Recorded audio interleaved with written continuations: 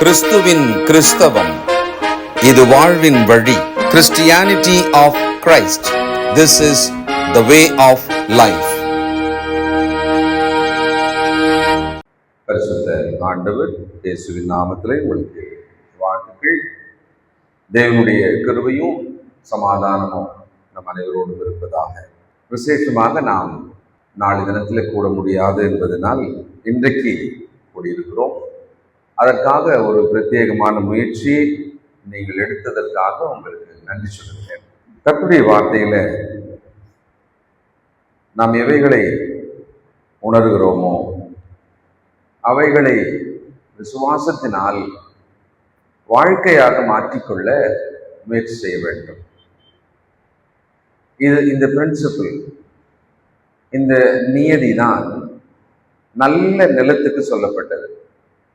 கேட்டு ஏற்றுக்கொண்டு உணர்வுள்ளவர்களாக அவர்கள் பலன் கொடுத்தார்கள். இதுதான் கர்த்தருடைய வார்த்தையை கேட்பதற்கான ஒரு ஸ்டெப், ப்ராசஸ். இன்றைக்கு இதை நினைவில் கொண்டு பாடத்தை நாம் பார்க்கலாம். அப்போஸ்தலர் நடவடிக்கைகள் 19ஆம் அதிகாரம். எபேசுவிலே அப்போஸ்தலனாகிய பவுல் இருக்கிறார். எபேசு பட்டணத்திலே ஏறக்குறைய 3 ஆண்டு காலம் அவர் ஊழியம் செய்தார். இந்த குறிப்பிட்ட பகுதியில மூட நம்பிக்கைகள் நிறைந்த எபேசு பட்டணத்தில் மிக முக்கியமான ஒரு சம்பவம் நடக்கிறது. அதிலிருந்து நாம் கற்றுக்கொள்ள வேண்டிய பாடங்களை நாம் கவனிக்க போகிறோம். குறிப்பாக பழைய ஏற்பாட்டு காலத்திலேயே தேவன் ரொம்ப தெளிவான ஒரு கண்டிப்பை செய்திருக்கிறார். உபாகமம் 18ஆம் அதிகாரம் 9 முதல் 14 வசனங்கள். உபாகமம் 18. நீ போய் சேரும் போது அந்த ஜாதிகள் செய்யும் அருவருப்புகளின்படி செய்ய கற்றுக்கொள்ள வேண்டாம். தன் மகனையாவது தன் மகளையாவது தீக்கிடக்க பண்ணுகிறவனும், குறி சொல்லுகிறவனும், நாள் பார்க்கிறவனும், அஞ்சனம் பார்க்கிறவனும், சூனியக்காரனும், மந்திரவாதியும், சன்னதக்காரனும், மாயவித்தைக்காரனும், செத்தவர்களிடத்தில் குறி கேட்கிறவனும் உங்களுக்குள்ளே இருக்க வேண்டாம். இப்படிப்பட்டவைகளை செய்கிறவன் எவனும் கர்த்தருக்கு அருவருப்பானவன்.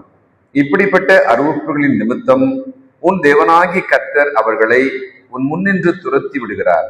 உன் தேவனாகிய கர்த்தருக்கு முன்பாக நீ உத்தமனாய் இருக்க கடவாய். நீ துரத்திவிட போகிற இந்த ஜாதிகள் நாள் பார்க்கிறவர்களும் குறி சொல்லுகிறவர்களுக்கும் செவி கொடுக்கிறார்கள். நீ அப்படி செய்கிறதற்கு உன் தேவனாகிய கர்த்தர் உத்தரவு கொடார். அப்போ முக்கியமாக இங்கே வரும் காலத்தை இப்படி இருக்கும், இப்படியெல்லாம் இருக்கும் அப்படின்னு ஆருடம் சொல்லுவாங்க இல்லையா, ஜோதிடம் அல்லது ஒரு அதிர்ஷ்டம் கிடைக்கும்ன்ற மாதிரி சொல்றது. அது ஜோதிடத்துக்குள்ள அது வந்துடும். இரண்டாவதாக மாய வித்தைகள் செய்வது, மாந்திரீகம் செய்வது, மந்திரங்கள் செய்து இதை கட்டுறேன், அதை விடுவிக்கிறேன், இதை செய்யுங்க, இந்த தகடு வைங்க வியாபாரம் செழிக்கும், இந்த தகடு வைங்க வீட்டில் இந்த தீமைகள் வராது, அது ஒரு வகை. மூன்றாவதாக செத்தவர்களோட பேசுதல், ஆவிகளோட பேசுதல். இந்த மாதிரி மனிதன் அந்த காலம் தொடங்கி தனக்கும் தேவனுக்குமான உறவை தாண்டி அது தெரியாம, அது புரியாம உலகத்துல அவன் கிரியேட் பண்ணி வச்ச விஷயங்கள் இது எல்லாமே அவனாகவே கண்டுபிடித்து அவனாகவே இந்த யுக்திகளை எல்லாம் அவனுக்கு வச்சிருக்கான். இதுல நாம முற்காலத்தில் கிறிஸ்துவுக்குள் வராத காலத்தில் பலவற்றை நம்பி இருக்கலாம், செய்திருக்கலாம், செய்யாம இருக்கலாம். கிறிஸ்துவுக்குள் வந்த பிறகு கூட ஏதோ சில சந்தர்ப்பங்களிலே இந்த மாதிரியான ஏதோ ஒரு விஷயத்தை செய்துவிடும் ஒரு விபத்து கிறிஸ்தவர்கள் வாழ்க்கையில் நடக்கும். அதுல நாம ரொம்ப எச்சரிக்கையாக இருக்கணும். தேவன் அவர்களை கானானுக்குள்ளே போகும் பொழுது இது எதுக்கு ஜாக்கிரதையா இருங்கன்னு சொல்லும் போது இப்படி ஒரு லிஸ்ட் வேற கொடுத்துட்டார். இதுல நீங்க ஜாக்கிரதையா இருக்கணும், இதை நீங்கள் செய்யக்கூடாது அப்படின்றார். இந்த உலக வழக்கங்கள், இந்த உலகத்தின் பழக்க வழக்கங்கள், அதை கிறிஸ்துக்குள் இருக்கிறவர்கள் மிக ஜாக்கிரதையாக கவனித்து பார்த்து அதுல இருந்து விலகி இருக்கணும். பெரும்பான்மை வழக்கங்கள், பெரும்பான்மையானவங்க இதை செய்யறாங்க, அதை நாம செய்யாதபடிக்கு சில விஷயங்களை நாம ரொம்ப எச்சரிக்கையா தான் இருக்கணும். அப்ப அந்த ஒரு பழக்கத்தை அவளுக்கு சொல்லி இருக்கிறார். இப்ப நம்ம ஊர்ல நமக்கு தெரிஞ்சு கைரேகை பார்க்கிறது, மனோஜோதிடம் பார்க்கிறது, மனதை அறிந்து அதுக்கேற்ற மாதிரியான விஷயத்த சொல்லுகிற ஒரு விஷயம். அதுக்கு உலகத்துல மிகப்பெரிய அளவுக்கு செலவு செய்பவர்கள்லாம் உண்டு. அது ரொம்ப பெரிய லெவலுக்குலாம் உண்டு உலகத்துல. அவர்கள் அதுல தேடினவர்களாக உலக பிரபலங்களாக எல்லாம் இருப்பாங்க. ஒரு பெரிய வக்கீல போய் பார்க்கணும்னா லட்சங்கள் செலவு செய்யணும்னு சொல்ற மாதிரி இந்த ஜோதிட விஷயத்துல கூட அவரெல்லாம் போய் பார்த்து கேட்கணும்னு சொன்னா அந்த லட்சங்கள் செலவு செய்யணும்னு வாங்க. அப்படிப்பட்ட விஷயங்கள் இருக்கிறது. இவைகள் எல்லாமே மூட நம்பிக்கைகள் தான். 100% மூட நம்பிக்கைகள் தான்.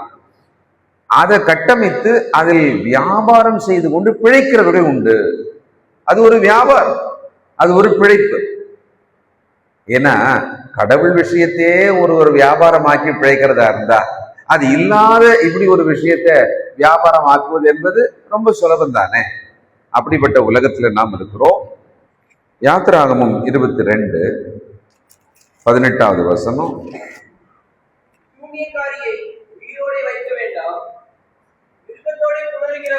சூனியக்காரியை உயிரோடே வைக்க வேண்டாம். அந்த அளவுக்கு தேவன் இப்படி செய்கிறவர்களுக்கான தண்டனையை குறிச்சு வச்சிருக்கிறார். இப்போ இந்த எபேசு பட்டணம் இருக்கு இல்லையா, அதுல இந்த மந்திர வித்தைகள் எல்லாம் ரொம்ப ஏகபோகமா வளர்ந்துருக்கு. இப்போ உதாரணத்துக்கு கிறிஸ்தவங்களாகிய நம்ம ரொம்ப பாவம் நிறைந்த ஒரு பகுதியை பார்த்த உடனே ஏதாவது ஒரு ஊர் பேரை சொல்லுவோமா? ரொம்ப பாவம் நிறைஞ்ச ஒரு ஏரியா பாது, அதை பார்த்த உடனே கிறிஸ்தவங்க பைபிள் இருக்கிற ஏதாவது ஊர் பேரை வச்சு சொல்லுவோமா? சோதம் குமரா பட்டணம் மாதிரி இருக்கே சொல்லுவோம் இல்லையா? அந்த மாதிரி எபேசு பட்டணம் அப்படின்றது மந்திர வித்தைகள் நிறைந்த, மந்திர சொற்கள், மாய வித்தைகள் நிறைந்த ஒரு பட்டணம். அதனால ஷேக்ஸ்பியர் தன்னுடைய கதையை எழுதும்போது, அவருடைய பாடல்கள் எழுதும் பொழுது எபேசு பட்டணத்தை உதாரணமா பயன்படுத்தி இருக்கிறார். அப்படின்னா என்ன? ஒரு ஆள் ஒரு மாயமாலமா ஒரு மாய வித்த மாதிரி பேசுறான்னு வச்சுக்குவோமே, ஒரு எழுதுறான்னு வச்சுக்குவோம், கடிதம் போடுறான்னு வச்சுக்குவோமே, அத எபேசுவின் கடிதம் போல இருக்கிறதே அப்படின்னு வாங்கலாம். அப்படின்னா அந்த இடத்துல என்ன இருக்குன்னா ஒரு மந்திரம் மாயம் இருக்கிறதா. அது மாதிரி வேசித்தனத்தை பற்றி சொல்வதானால் கொரிந்து மாதிரி அப்படின்னு 1 நூற்றாண்டுல சொல்ற வழக்கம் ஒன்று இருந்திருக்கிறது. அப்ப இந்த கொரிந்து பட்டணமானது வேசித்தனம்ன்ற வார்த்தைக்கு மாற்றாகவும் பயன்பட்டு இருக்கிறதா. அத்தேனை பட்டணம்னு சொன்னா அறிவு தேடுவாங்க, அவங்க அறிவை தேடுவாங்க அப்படின்றது அத்தேனை பட்டணத்தை பார்த்தா சொல்லிடுவாங்க. அப்ப இந்த எபேசு பட்டணம் என்பது மாய மந்திர வார்த்தைகள் நிறைந்த, அந்த வித்தைகள் நிறைந்த ஒரு பட்டணம்.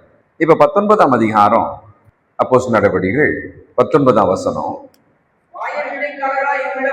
மாய வித்தைக்காரராய் இருந்தவர்களில் பாத்தீங்களா? அதாவது அந்த ஊர்ல மாய வித்தைக்காரராய் இருந்தவர்களிலே அநேகர் தங்கள் புஸ்தகங்களை கொண்டு வந்து, அப்ப புக்கே வச்சிருக்கான் பாருங்க.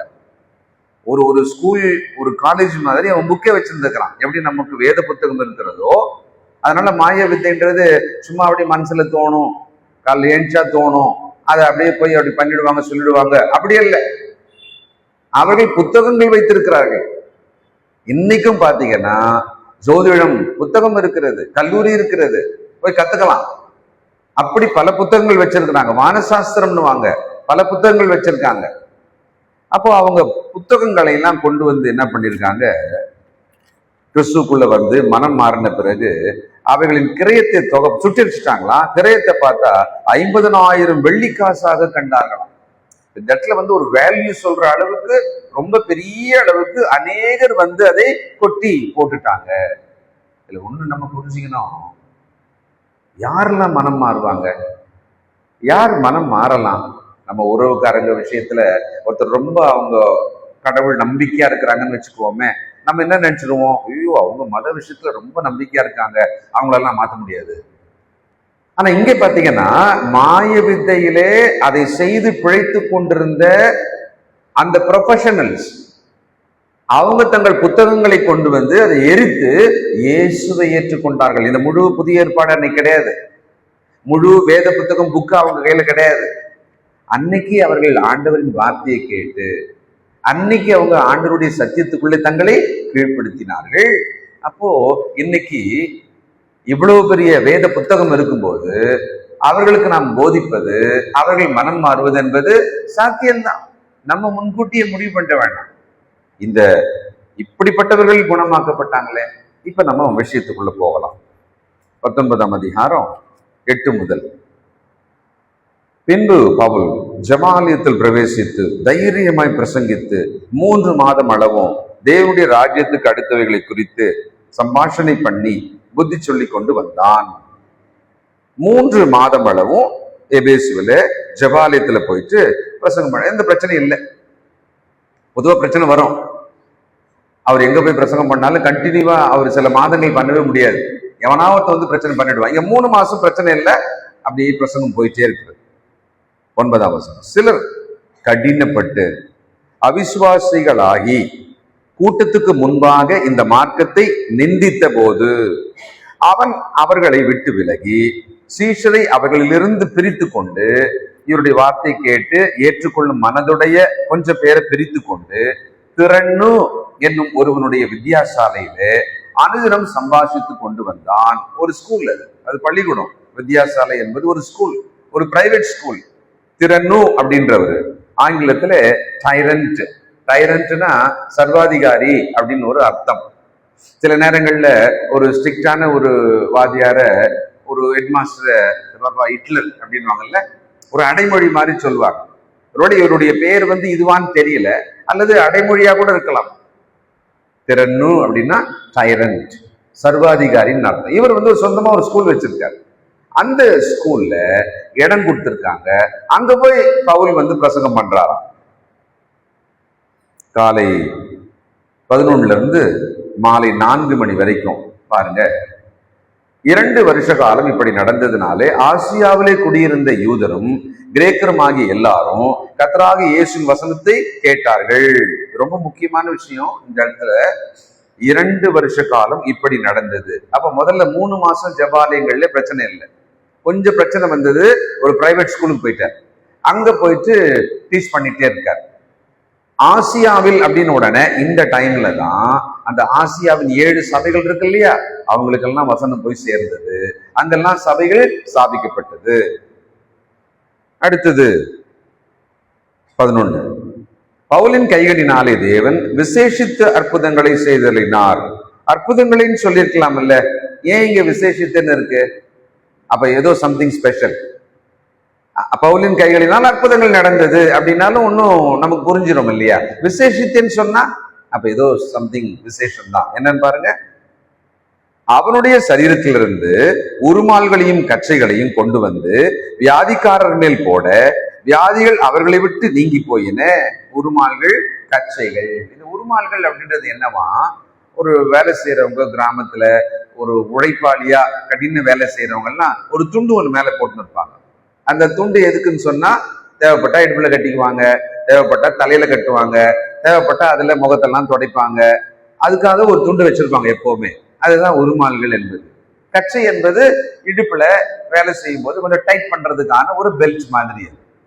அதை கொண்டு போய் ஒருத்தர் மேல போட்டா அங்கே சுகமானதாம். அதனாலதான் அந்த இடத்துல ஆவியானவர் விசேஷமான அற்புதங்கள் என்று சொன்னார். அது வழக்கமானது அல்ல, விசேஷமான அற்புதங்கள். பொல்லாத ஆவிகளும் அவர்களை விட்டு புறப்பட்டன. கவனிங்க, பொல்லாத ஆவிகள் புறப்பட்டன. இதெல்லாம் நடந்துகிட்டே இருக்கும் பொழுது 2 வருஷம் இது போயிட்டே இருந்தது. கூடவே இந்த அற்புதங்கள் நடந்துட்டே இருக்கிறது. திடீர்னு ஒரு பிரச்சனை வருகிறது. 13.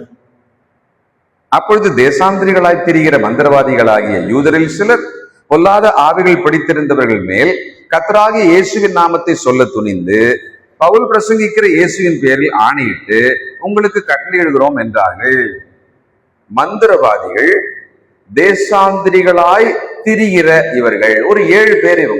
இவங்க யாருன்னு சொன்னா, அதுக்கு அடுத்த வசனத்துல பிரதான ஆசாரியனாகிய ஸ்கேவா என்னும் யூதனுடைய குமாரர்.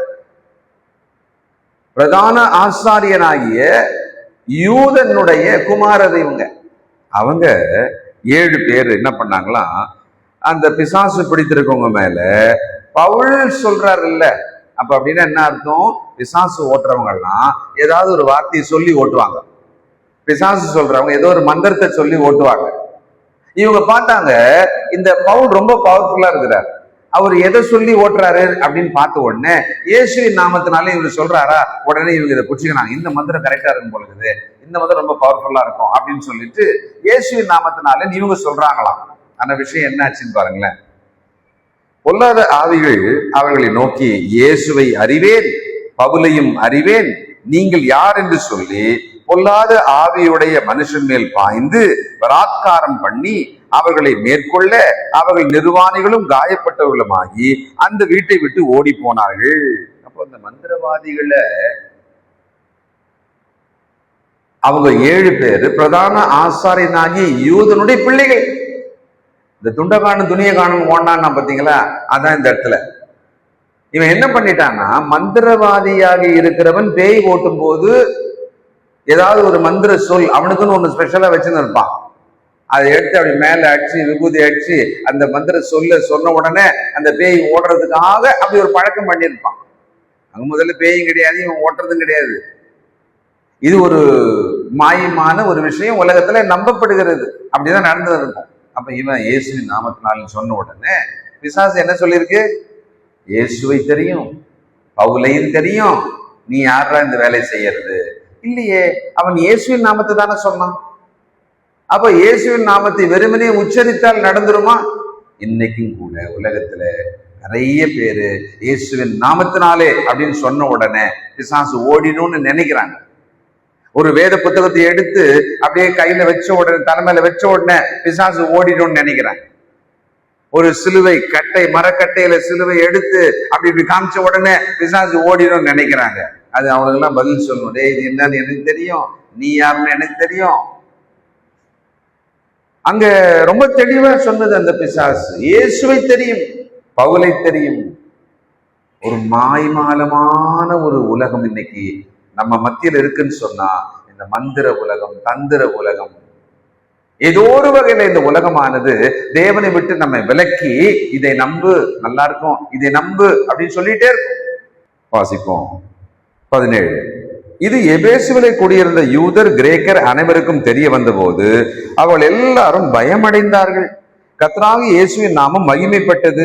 விசுவாசித்தவர்களில் அநேகர் வந்து தங்கள் செய்கைகளை வெளிப்படுத்தி அறிக்கையிட்டார்கள். மாயவித்தைக்காரராய் இருந்தவர்களில் அநேகர் தங்கள் புஸ்தகங்களை கொண்டு வந்து எல்லாருக்கும் முன்பாக சுட்டரித்தார்கள். அவைகளின் கிரியத்தை தொகை பார்த்த போது 50,000 வெள்ளிக்காசாக கண்டார்கள். இவ்வளவு பலமாய் கர்த்தருடைய வசனம் விருத்தி அடைந்து மேற்கொண்டது. ரொம்ப ஆச்சரியமா இருக்குல்ல, இவ்வளவு பலமாக கர்த்தருடைய வசனமானது விருத்தி அடைந்து மேற்கொண்டது.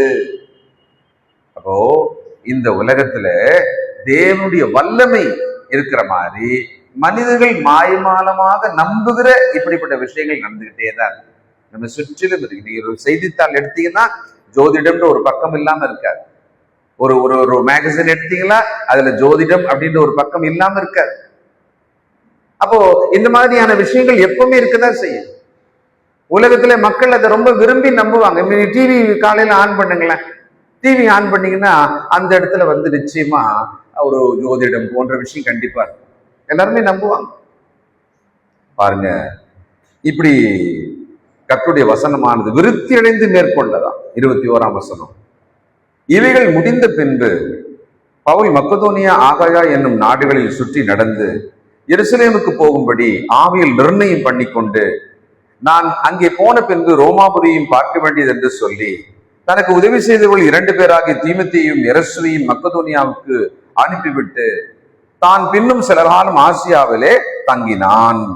இப்போ அப்போஸ்தலனாகிய பவுல் அந்த இடத்துல இருந்து புறப்பட்டு போறாரு. இப்ப நாம கவனிக்க வேண்டிய முக்கியமான பாடங்கள் இருக்கிறது. முதலாவது, எழுதுறவங்க எழுதிக்கங்க. முதலாவது, தேவனை பற்றிய அறிவிலே நாம் தெளிவாக இருக்க வேண்டும், தேர்ச்சி பெற வேண்டும்.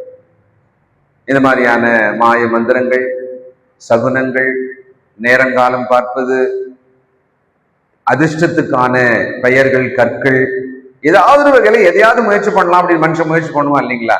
ஒரு கஷ்ட காலத்துல தான் உலகம் வந்து நம்மளை வஞ்சிக்க வரும்.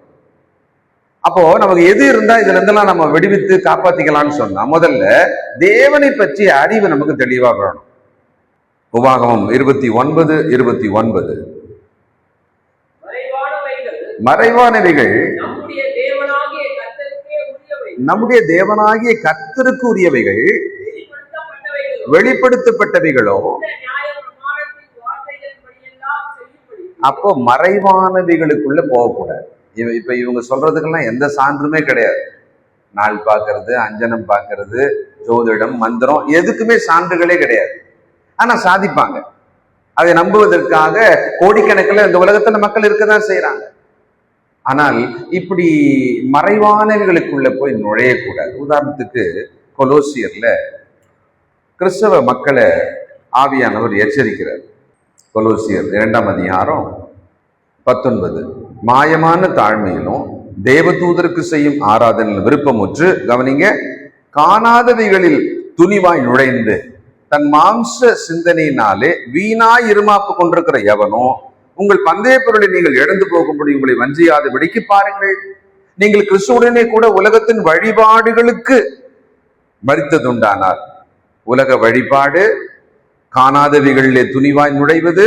இன்னொரு வார்த்தை சொல்றாரு, இன்னும் உலக வழக்கத்தின்படி. மறுபடியும் இன்னொரு வார்த்தை வருகிறது 21 மனுஷனுடைய கற்பனையின்படி, போதனையின்படி. அப்போ இவ்வளவு விஷயங்கள் இன்றைக்கு உலகத்துல ஒரு ஒரு ரூலிங்ல இருக்கு. மனுஷனுடைய கற்பனை, அவனா கற்பனை பண்ற விஷயங்கள் தான். அதை நம்புவதற்கு எவ்வளவு பேர் இருக்காங்க. இன்னைக்கு ஒரு ஒரு ஒரு போன்ல ஒரு செய்தியாக வந்தா அதை நம்புவதாகவே எல்லாருமே பாக்குறாங்க. இன்னைக்கு நேரா நின்று ஒரு ஆள் சொல்றதை விட போன்ல ஒரு செய்தி அனுப்பிட்டா அது ரொம்ப நம்பத்தகுந்ததாகவே எல்லாரும் பாக்குறாங்க. முன்னெல்லாம் எப்படி இருந்தோம்னா, ஒரு புத்தகத்துல எழுதப்பட்டதை புக்கில் எழுதியாச்சுன்னா நம்ம நம்பணும் அப்படின்னு நினைப்போம். அப்படி எல்லாத்தையும் நம்பணும்ன்ற அவசியமே கிடையாது. ஆனா இந்த இடத்துல காணாதவைகள்ல துணிவான் நுழைந்து கட்டுக்கதைகள், மனித கற்பனைகள், உலக வழிபாடுகள், உலக வழக்கங்கள், இப்படி எல்லாம் இருக்கிறது நம்ம சுத்திலும். தேவனுடைய பிள்ளைகள் ஆன பிறகு தேவனை அறிகிற அறிவு, தேவ வசனத்தின் அறிவுல தேரும் பொழுது மட்டும்தான் நாம் இதுல இருந்து நம்மளை காப்பாற்றிக்க முடியும். அதனாலதான் 2 தீமோத்தேயு 3:16-17 தேவனுடைய வசனமானது ஆவியினால் ஏவப்பட்டிருக்கிறது, அவைகள் நம்மை தேறினவர்களாக்கும், இல்லைன்னா பலவீனராக போய் இதெல்லாம் தான் விழுந்துரும். பரவாயில்லையே, இது லாபமா இருக்குமாமே, அவங்களுக்கு இப்படி ஆச்சாமே, இப்படி கொஞ்சம் பண்ணாங்களாம், இப்படி மாத்தினாங்களாம், இதை செஞ்சாங்களாம், இந்த தகடு வச்சாங்களாம், இந்த இந்த ஒரு மந்திரத்தை ஏதோ பண்ணாங்களாம், அவங்க பண்ணிடுவாங்க. நம்மெல்லாம் ஒன்றும் நேரம் போக தேவையில்லை, சும்மா பணம் கொடுத்தா போதும், அவங்க பண்ணிடுவாங்க, எல்லாம் நல்லா நடக்கும். இந்த உலகமானது வஞ்சிக்கும்படி பல விஷயங்களையும் வச்சிருக்கிறது. அன்னைக்கு எபேசுவில இதுல தேறினவர்களாக புத்தகங்களை வைத்துக்கொண்டு ப்ரொஃபஷனல்ஸா நிறைய பேர் இருந்திருக்காங்க. தேவனுடைய வழி சரியானது, குறுக்கு வழி கிடையவே கிடையாது. ஆதியாகமம் 3:1-7 நமக்கு தான் தெரியுமே. ஆதியாகமம் 3:1-7 என்னது? ஏவாள் வஞ்சிக்கப்பட்டது. சாத்தான் வந்து ஏவாள் வஞ்சித்த ஒரு விஷயம் அது. அந்த இடத்துல ஒரு குறுக்கு வழி, ஒரு ஷார்ட்கட் தான் சொல்ல வந்தான். அதனால தேவனுடைய பிள்ளைகள் இந்த உலகம் ஏதாவது ஒரு ஷார்ட்கட் சொன்னா எச்சரிக்கையா இருக்கணும். நாம் பணம் போடுங்க, 4 மடங்கு ஆகும், 10 மடங்கு ஆகும். கிறிஸ்துக்குள்ள வந்த பிறகும் ஏமாறுபவர்கள் உண்டு. ஆன்லைன்ல இன்னைக்கு சூதாட்டங்கள் நடக்கிறது, ஆன்லைன்ல ஏமாற்றும் நிறைய விஷயங்கள் நடக்கிறது. அந்த ஷார்ட்கட் கிறிஸ்தவர்கள் அதுல ரொம்ப எச்சரிக்கையா இருக்கும். தெரியலன்னா ஆலோசனை கேட்டாவது நம்ம நடக்கணும். அப்போ எதுல பிரச்சனை வருது, ஏன் இப்படி ஆகுறோம்னா, தேவனுடைய வசனத்தில் இருக்கிற அந்த அறிவுக்கு முக்கியத்துவம் கொடுக்காம போகும்போது இப்படி வர ஆரம்பிச்சிடும். இந்த எச்சரிக்கை தேவை நம்மளுக்கு. 2வது, நாம் எதை செய்யும் பொழுதும், எதை கற்றுக்கொள்ளும் பொழுதும், எதை ஏற்றுக்கொள்ளும் பொழுதும் அது நித்திய பிரயோஜனத்துக்குரியதா இருக்கிறதா, இட்டர்னல் வேல்யூ, இட்டர்னல் ப்ராஃபிட் அதுக்கு இருக்கான்னு பார்க்கணும். ஏன் நான் அப்படி சொல்றேன்னா, தற்காலிகமான உடனடி லாபம் இருக்குல்ல, அதுதான் நமக்கு ரொம்ப பிடிக்கும். உடனே கிடைச்சிருமாமே, இல்ல இம்மீடியட் கிராட்டிபிகேஷன் சொல்லுவாங்க. உடனடியாக ஒண்ணு கிடைச்சிடும். இன்னைக்கு இருக்கிற தலைமுறை அதுலதான் போய் விழுந்துடுது. உடனே கிடைச்சிடும், அதெல்லாம் வெயிட் பண்ண முடியாது, ரொம்ப நாள்லாம் வெயிட் பண்ண முடியாது, உடனே ஏதாவது நடக்குமா, உடனே ஏதாவது கிடைக்குமா. அப்போ இந்த இடத்துல என்ன பண்ணிடுறான், நித்திய பிரயோஜனத்தை நினைக்கல. அப்படி ஒரு ஆள் போயிட்டாலே உடனே சாத்தான் வந்து நம்ம என்ன பண்ணிடுவான், சோதிச்சிடும். மூன்றாவதாக, தேவனை மையமாக கொண்ட தெரிந்தெடுப்புகள் நமக்கு ரொம்ப அவசியம். ஒரு விஷயத்தை தெரிந்தெடுக்கிறோமா, தேவனை வைத்து விசுவாசத்தை வைத்து அதை முன்னிட்டு நாம் அதை தெரிந்தெடுக்கிறோமா. வேற காரண காரியங்கள், உலக காரண காரியங்கள் வச்சோம்னா அதுல நமக்கு பிரச்சனைகள் வந்துடும். அப்போ இது தேவனை முன்ன வைத்துதான் நான் இதை தெரிந்து கொள்கிறேன், அதுல தெளிவா இருக்கணும் நம்ம. சரி, நான்காவது, சிந்தையை சாத்தான் தனக்குள்ள நமக்குள்ள வருவதற்கு நம்ம என்ன பண்ணக்கூடாது, வெற்றக்கூடாது. நம்முடைய சிந்தைக்குள்ளே சாத்தான் வருவதற்கு நாம் இடம் கொடுத்துட, ஓபன் பண்ணி வச்சிடக்கூடாது. நம்முடைய சிந்தைக்குள்ளே சாத்தான் வருவதற்கு. அப்போ இவ்வளவு விஷயங்கள்ல நாம ஜாக்கிரதையாக இருக்கணும். அப்போஸ்தலர் நடவடிக்கைகள் 2ஆம் அதிகாரம் 38வது வசனம்.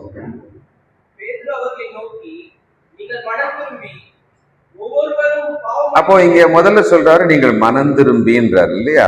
அதுக்கு முன்னால அவங்களுக்கு வசனத்தை சொல்ற அந்த அந்த ஆரம்ப கட்டத்திலேயே மாறுபாடான இந்த சந்ததியை விட்டு உங்களை விலக்கி காத்து கொள்ளுங்கள் அப்படின்பாரு. பாருங்க,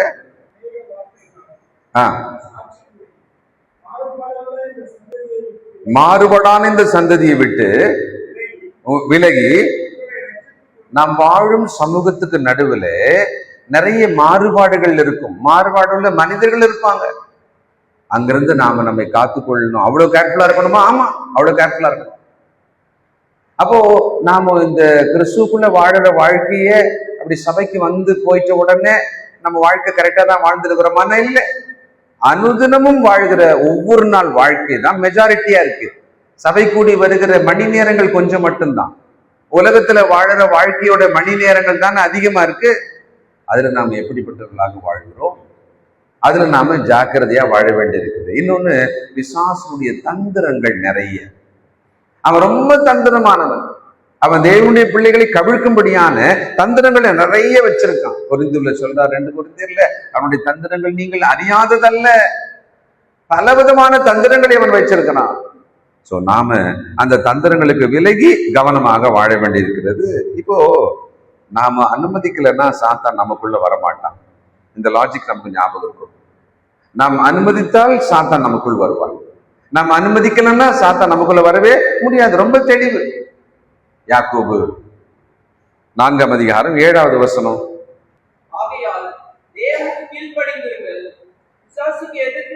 தேவனுக்கு கீழ்ப்படிந்திருங்கள், பிசாசுக்கு. இந்த இந்த 2 விஷயத்துல தேவனுக்கு கீழ்ப்படிந்திருங்கள். இங்க ஒரு பிரச்சனை பண்றோம். தேவனுக்கு கீழ்ப்படிய முடியல, தேவனுக்கு இந்த விஷயத்துல கீழ்ப்படிய மாட்டோம், இந்த விஷயத்துல நான் தேவனுக்கு கீழ்ப்படியில தான் அப்படின்னு இருக்குன்னு வச்சுக்கோமே, அங்கதான் நமக்கு பிரச்சனை.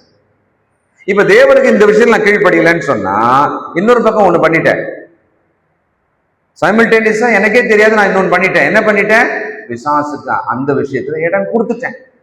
இங்கே தேவனுக்கு கீழ்ப்படியாத ஒரு விஷயம் ஒன்று இருக்குமானால், சமமாக அந்த காயினோட இன்னொரு பக்கத்துல நான் இன்னொன்னு பண்ணிட்டு இருக்கேன். ஆனா ஒருவேளை எனக்கு அது தெரியாம இருக்கலாம். இதை நான் பண்ணேன்னா அதை நான் பண்ணிருக்கேன்னு தான் அர்த்தம். என்ன? தேவனுக்கு ஒரு பக்கம் இடம் கொடுக்கலன்னா அந்த காயினுக்கு இன்னொரு பக்கம் கண்டிப்பா இருக்கு. நான் பிசாசுக்கு இடம் கொடுத்தேன்னு அர்த்தம். சரி, பிசாசு எவ்வளவு க்ளோஸா இருக்கா நம்ம கிட்ட? கர்ஜிக்கிற சிங்கம் போல, விழுங்குவதற்கு மிக அருகில் நம்மை சுற்றி கொண்டிருக்கிறான். இப்போ ஒருத்தரை விழுங்கணும்னு சொன்னா 1 கிலோமீட்டர் தூரத்துல இருக்க முடியாது. ஒருத்தர் விழுங்கணும் அப்படின்னு சொன்னா பக்கத்துல இருந்தா தானே விழுங்க முடியும். அப்போ பிசாசு எவ்வளவு நெருக்கமா இருக்கிறான்? என்னை விழுங்கும் தூரத்தில் தான் அவன் இருக்கிறான். அப்ப ஆவியானவர் சொல்றாரு, பிசாசுக்கு எதிர்த்து நில்லுங்கள், அப்பொழுது அவன் உங்களை விட்டு ஓடி போவான். பிசாசுக்கு எதிர்த்து நில்லுங்கள். அப்போ எதிர்த்து நிக்கிறதுக்கு எனக்கு ஒரு தைரியம் தேவைப்படுது அப்படின்னா வசனம் சொல்லுது, உலகத்தில் இருக்கிறவனிலும் பிசாசு அவன், உலகத்தில் இருக்கிறவனிலும் உங்களில் இருக்கிறவர் பெரியவர். இந்த விசுவாசம் வேணுமே. அதனாலதான் வேத வசனத்தை வாசிக்கணும், சபை கூடி வரணும், வசனங்களை கற்றுக்கொள்ளணும், நமக்கு நல்ல ஆலோசனை சொல்லும் பரிசுத்தவான்களோட பழகணும், பக்தி விருத்திக்கு ஏதுவான வார்த்தைகளை கேட்டுக்கிட்டே இருக்கணும், ஆவிக்குரியவைகளை அதிகமாக நாம் ஒருவருக்கொருவர் பகிடும்படியான கிறிஸ்துக்குள்ளான சகோதர உறவு, அந்த ஃபெலோஷிப் அவசியம். இவ்வளவு இருந்தாதான் நாம் இந்த கிறிஸ்துக்குள்ளான ஓட்டத்தை சீரா ஓடவே முடியும். இன்னைக்கு ஒரு மந்திரம் மாயம் செய்கிற ஒரு ஆள்கிட்ட தனியா போய் உட்கார்ந்துதான் அதுல சிக்குன்றதே கிடையாது. சாதாரணமாக பிசாசின் தந்திரம் எந்த வகையிலாவது அந்த வழியில நம்மளை கொண்டு போவதற்கு இன்னைக்கு நிறைய டூல் வச்சிருக்கு.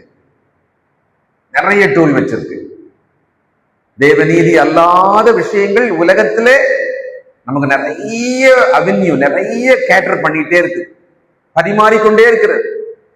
அதனால இந்த வேத வசனத்தில் தேவனுடைய அறிவு, அவரை பற்றிய அறிவு, நித்திய நோக்கம், நம்முடைய தெரிவுகள் அது தேவனுக்கு பிரியமாக இருக்குமா, இந்த ப்ராசஸ்க்குள்ள போயிட்டே இருக்கணும்.